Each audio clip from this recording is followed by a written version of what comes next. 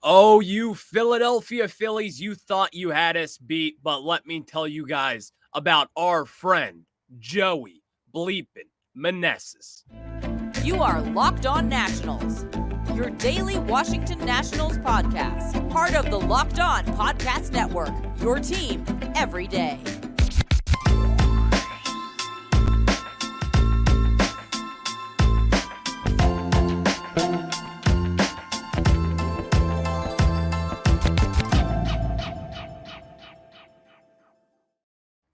And today's episode is brought to you by Bird Dogs. Go to birddogs.com/lockedonmlb or enter promo code LOCKEDONMLB for a free white tech hat with any order. You won't want to take your Bird Dogs off. We promise you that. And thank you guys for making Locked On Nationals your first listen every day, as we are free and available wherever you get your podcast. And I'm your host, Ryan Clary. You can catch me over on Twitter at RyanClary11, as I've taken all things baseball in the podcast form here with the Locked On Podcast Network, where you get your team every single day. Later on in today's show, we have Game 3 coming here tonight. Not here tonight. It's actually up in Philadelphia. We'll preview that, as it'll be an interesting one because right now the series is tied 1-1 after yesterday's doubleheader. Mackenzie Gore, I feel like we haven't really taken a dive into his season in a few weeks now. So I think we're going to really ramp back up to that, really look at Mackenzie Gore's season as a whole, and I think it's been really impressive. But I got some numbers for you. You'll want to hear that, and I think it's really encouraging for the young left-handed starting pitcher for this Nationals team. But also, you know who else has been pretty damn impressive over this last few weeks? Joey Bleepin' Meneses. Joey Meneses, date back to last year. At this time, right around this time, Joey Meneses got called up, and all we knew about this guy was that he was age 30 and above, and there really wasn't much else to know about him, besides the fact that this guy was our best hitter down in Rochester Red Wings, AAA level there.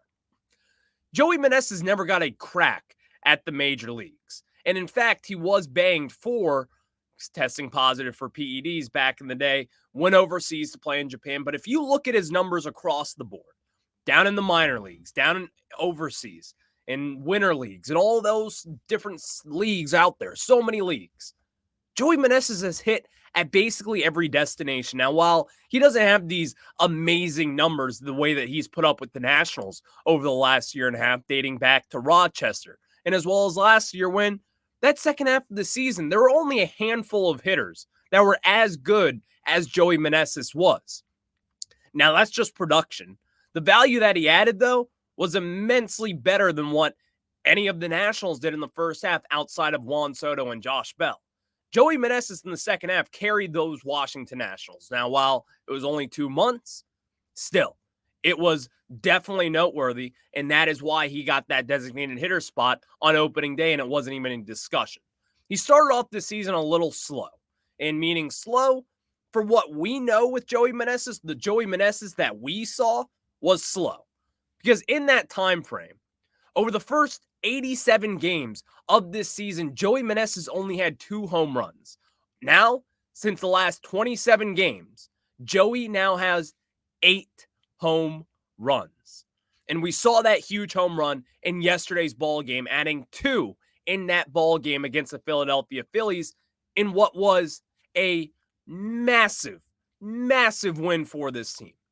Because I've said it before, tanking is doing nothing. I want to see this team compete against the best of them. And the Phillies, while we laugh at them, while we joke about them, they're a good ball club no matter which way you look at it.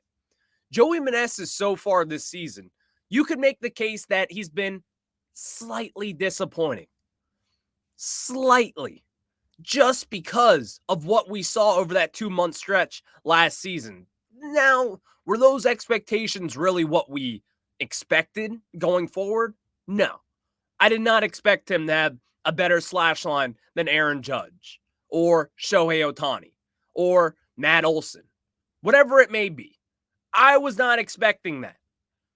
But so far, he has now played 162 ball games with the Washington Nationals in the big leagues. And really, 162 games in general in the big leagues, because last year was the first time he ever got called up. And so far, the numbers with Joey Meneses over his first 162 games are very much so noteworthy. He has a 295 batting average over 162. He's got 192 hits. He's got 39 doubles, 24 home runs, 97 RBIs, a 338 on-base percentage, a 469 slug, and an 807 OPS. And again, that's over his first 162 ball games here at the Nationals. Joey Meneses and those numbers, no matter which way you look at it, those are impressive no matter what. Now, while you sit here, you may think to yourself, yeah, but what has that really done for this Nationals team? Well, if you take Joey Meneses away from this lineup, how would this offense really generate itself? Meaning, how are we going to manufacture our own runs with Meneses? Because 97 RBIs, I don't care what team you're on. I don't care if you're on a team that is like the New York Yankees, where you have that short porch and left and right. 97 RBIs is legit over 162 games. And also, 24 home runs and 39 doubles is also wildly impressive for someone, even of Joey Meneses' stature. He may not get all the recognition in the world. He may not have the sexy swing or the big, sexy moments in which Bryce Harper is laying out for balls in right field or Fernando Tatis is pimping home runs and pumping up the crowd. He may not be that sexy type of player. And now, before we get caught up in that, I'm not comparing him to Bryce Harper or Fernando Tatis. They're in a league of their own. But what Joey Meneses has done over 162 games, there's no doubt in my mind at this moment, Joey Meneses is an above-average major league hitter. He just is, in my opinion. Because when talking about Meneses and what this guy does, you already see really the momentum that this Nats team loses when he's out of the lineup. Now, being a DH, you don't really see him out of the lineup too often. But in games where he's not in it, what do you notice? Because what I notice is that this team doesn't manufacture the runs that they do when he is in the lineup. So the value that Joey Meneses has just added over the course of this season, over the course of last season, is unprecedented. It just simply is. No one could have ever thought that this over 30-year-old rookie could have come in, swept us off our feet, and taken us to the prom. But he has. What Joey Meneses has done, I still believe, is one of the most underrated stories in all of baseball.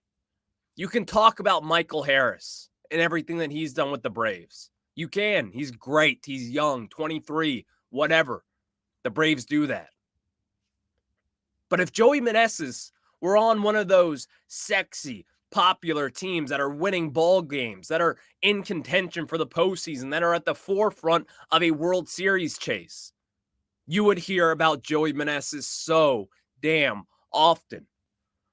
But again, with this team, with where we are in this rebuild, with a lot of people just overlooking Meneses as it is, even some Nationals fans, including myself, I sometimes just overlook him and don't even look at him as a piece to this future, which is another discussion for another day because he's still in his 30s.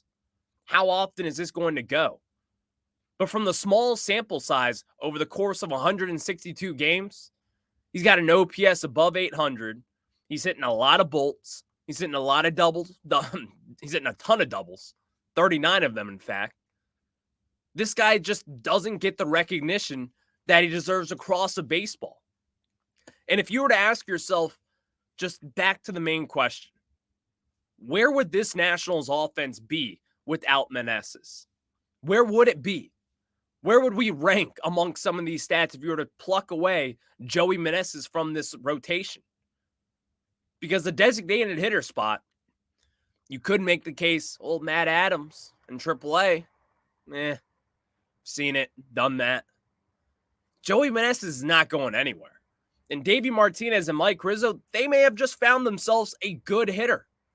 And also, if you have someone coming up who may be a designated hitter in the bigs, you may sign someone who you may feel like could elevate you even more. But at this moment in time, you simply just cannot take Meneses out of the equation for the future and as well as out of the equation of how valuable he is to this Nationals team. And I think the big question going forward will be, how often will this magic carpet ride continue with Meneses? Because this doesn't happen. This isn't something that just grows on trees. Maybe it does for the Dodgers, or they'll have some random 20th round pick, like a James Outman type, come out of nowhere and just produce for them as soon as he touches the major leagues. They can do that, but this Nationals team hasn't really done that in the past. But now we're starting to see it with Joey Meneses. But the difference is, this guy's always produced. He just hasn't gotten his shine in the big leagues yet because he was always overlooked. He was always just not the guy that was going to be getting that call up next. But the Nationals gave him an opportunity last year, and the numbers don't lie. Joey Meneses, he's a big league hitter, and it's not even a discussion anymore. You guys can catch the Nationals and the Phillies play tonight at 6:40 Eastern Time. Catch every pitch of the Nationals' hometown broadcast with SiriusXM on the SXM app. Just search Nationals there. Before we move on and discuss Mackenzie Gore's season, as we got some numbers to talk about, some good, some really good, some not so great. But Mackenzie Gore, his first full season in the big leagues, has it been a success? Are you encouraged? I got some thoughts on that. But before we get into that, I got to tell you guys about our friends over at Bird Dogs. And guys, Bird Dogs make you look good, and Bird Dog stretch khaki shorts are designed to fit slimmer through the thigh and leg, giving you a truly sculpted look. Bird Dog shorts do the exact same thing as Lululemon, but fit way better. Take this from me, guys. I have big legs. Simple as that. I was a catcher growing up. My legs are just big. They simply are, my calves and everything. But when I wear my Bird Dogs, I love it because it makes my legs look good. And also, I just feel comfortable. I feel like myself again.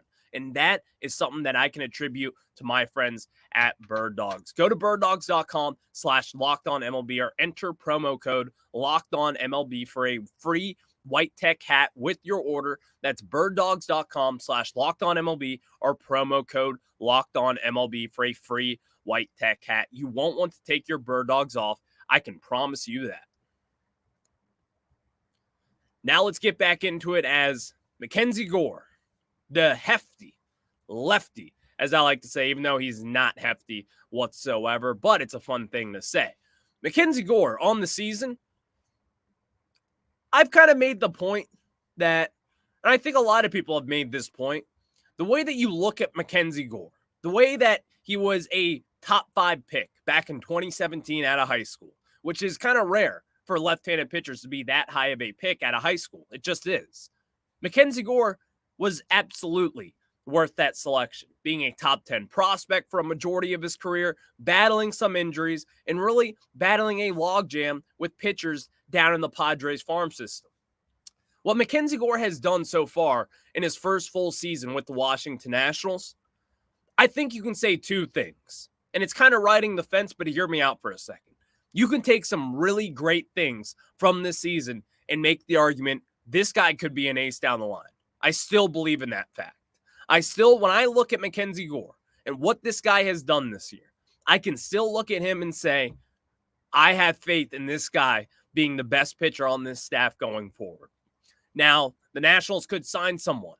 They could have Cade Cavalli develop into some monster. Josiah Gray could even take a larger step up going into next season, and that could absolutely happen.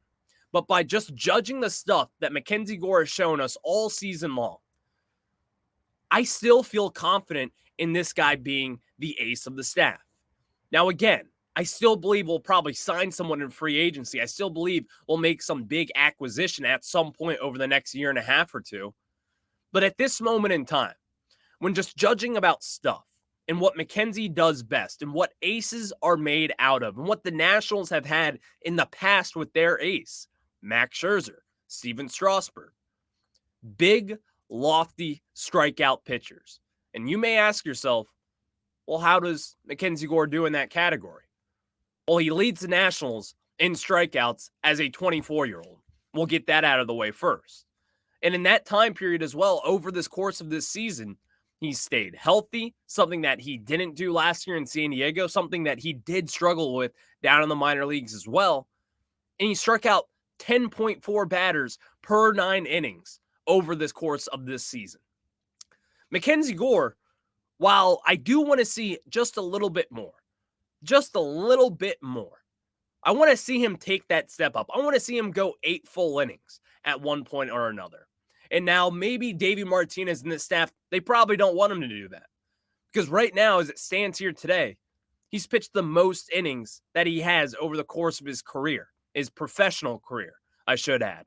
Last year, he appeared in 16 games, but only pitched in 70 innings. So far in 22 starts this season with the Nationals, he's appeared in 112 innings pitched on the nose. He's only given up 110 hits in that time. He's given up 54 earned runs in that time as well. Mackenzie Gore has had a very good season for this Nationals team. And when talking about his strikeout rate, again, 10.4 strikeouts per 9 innings. As a young kid, still learning the game, still learning to be a big leaguer, still completing your first full season as a major leaguer is impressive nonetheless. Now, here's one thing that he has kind of taken a step back, you could say. Just one thing. That is a big thing, but it also kind of molds well for young pitchers because this happens. His home run rate is up by about half a home run heading from last season into this season. He's allowing 1.4 home runs per 9 innings compared to 0.9 home runs per 9 innings just last year. His walk rate is down by just about 1 walk. And again, his strikeout rate is up by about half a strikeout.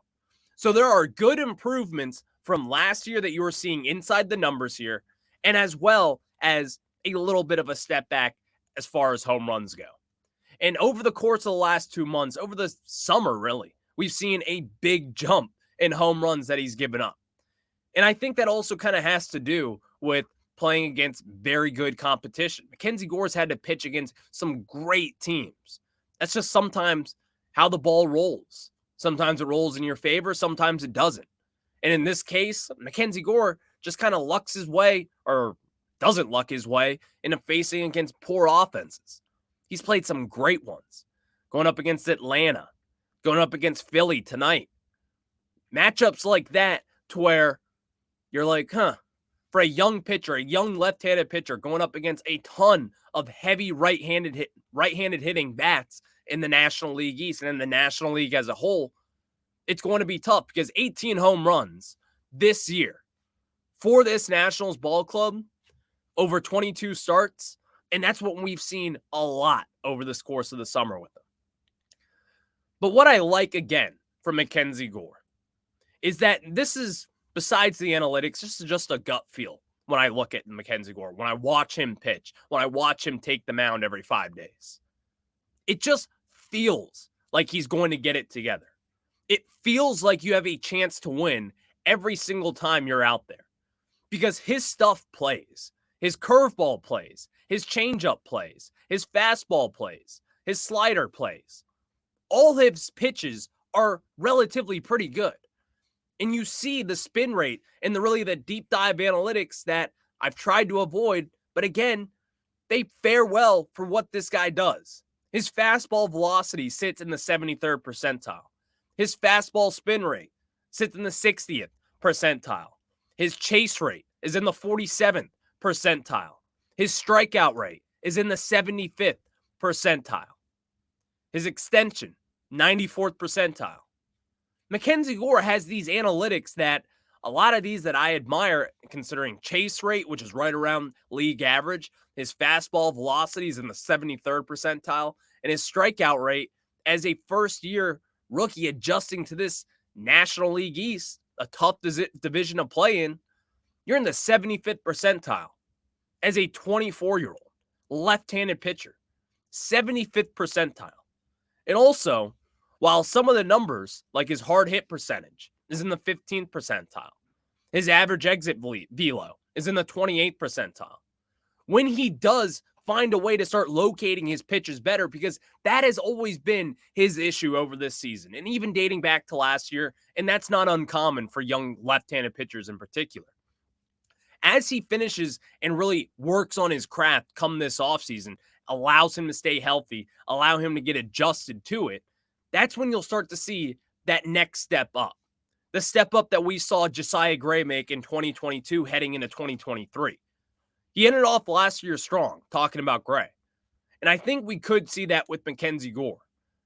Because I talked about this with Josiah last year and really heading into the offseason. I remember Mike Rizzo said, well, he stayed healthy, and that was important for us. It's going to make him learn. It's going to really help him adjust going into the offseason healthy and really just getting himself used to major league pitching every 5 days. I thought that was overrated.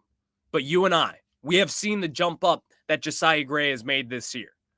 So now heading into this offseason, which you only have really about a month and a half left of baseball, which sucks, Mackenzie Gore, it's looking like he could be getting out of this season healthy. And most importantly, he's not showing us nothing. This guy is showing us that he can be your ace of the staff. He can be that guy down the road where you want to give him the game, the season on the line, Game 7, NLCS, Game 5, NLDS, wild card game, win or go home. You would feel comfortable giving Mackenzie Gore the ball. Because the intensity that this guy shows, the intensity and the way that this guy wants to win is really one of the more impressive things that I've seen outside of the numbers for him this season. Thank you for making Locked On Nats your first listen every day. The Nationals play the Phillies tonight, and you can catch Mackenzie Gore and as well as every pitch of the Nationals hometown broadcast with SiriusXM on the SXM app. Just search Nationals there. Before we get into previewing Game 3 of this Phillies-Nationals series, as the Nationals, they face all-star right-handed pitcher Michael Lorenzen. We'll preview that series just after I tell you guys about our friends over at Sleeper. And guys, do you think maybe Joey Meneses can hit a home run tonight against Michael Lorenzen? Well, I sure do. And on Sleeper, you can swing for the fences with up to 100-time payouts. All you have to do is choose 2 or more players that you like and select more or less on their stat categories like home runs, strikeouts, hits, and more. Get your picks right, and you could win big. What are dynamic payouts? In short, each player projection now has a multiplier attached to it as opposed to preset multipliers based on the number of legs in a contest. With dynamic payouts also comes more stat categories to place contests on. You can get higher payouts than other apps with less picks. That is why I love Sleeper. Use promo code Locked On and you'll get up to $100 match on your first deposit. Terms and conditions apply. See Sleeper's terms of use for details. Currently operational in over 30 states. Check out Sleeper today. Now let's get into previewing Game 3 of this Nationals-Phillies series as it's tied up 1-1. You dropped Game 1 of yesterday's doubleheader, in which was not that great, if we're just being honest. You get off an early lead and then ultimately just got wiped away. Trevor Williams didn't look all too great. But that's yesterday. That's history. The Nationals are tied 1-1 here, going up Game 3 of this series. I want to win. But it's going to be a pitching duel as we have Mackenzie Gore, who has been our second best pitcher behind Josiah Gray this season. And then you also have new right-handed pitcher for the Philadelphia Phillies, Michael Lorenzen. Michael Lorenzen was an all-star for the Detroit Tigers, in which he's had a very good season up to this point. Michael Lorenzen, this Nationals team hasn't really faced him all too often. In fact, not often whatsoever. Because at this moment in time, Keibert Ruiz in 2 at-bats is the only one to really have success off him. Other than that, Jake Alou, Alex Call, Michael Chavis, Riley Adams, C.J. Abrams, all those guys, Joey Meneses, Blake Rutherford, have never faced Michael Lorenzen. That's always a little concerning. But also, it could be a good thing. Because Michael Lorenzen also hasn't faced either of these batters. He doesn't know their tendencies. Now, you can get in the film room and figure out where they can't hit because, as we know, we pinpoint a lot of inaccuracies with this Nationals offense over the season. But when you have guys who haven't really faced them, and again, No pressure on this Nationals team right now. Michael Lorenzen pitching in Philly, going up against this Nationals team. What do we have to lose and what do they have to gain? We have nothing to lose, and the Phillies have everything to gain as they are still in the postseason hunt right now. They got a lot to win. And Michael Lorenzen being that all-star starter, we all talked about the Phillies and cheering Trey Turner the other day and giving him a standing ovation. I can tell you this right now. If it is 3-0 heading into the bottom of the third inning or top of the third inning, whatever it may be, those Philly fans will boo him. And some athletes, again, the mental side of this, just simply cannot take that. We'll just see what happens with Michael Lorenzen. But those Philly fans, they're tough, man. They're tough. I've been in that stadium before as an opposing team. It's not all too fun to get yelled at the entire time. Now, I'm sure making a lot of money in pitching would probably make it a little bit easier than really just blocking out all of that. But I think people sleep on that fact. It's going to be tough. It's going to be very, very tough. Mackenzie Gore, he's not going to be making any mistakes because it's Mackenzie Gore. Thank you for making Locked On Nats your first listen. Again, the Nationals play the Phillies tonight at 6:40 Eastern Time. You can catch every pitch of the Nationals' hometown broadcast on SiriusXM and on the SXM app. Just search Nationals there. I'll catch you guys on the flip side. Watch some Nationals baseball tonight. That doubleheader yesterday was exhausting. Let's play one today. Go Nats. Win. Please beat those Filthies.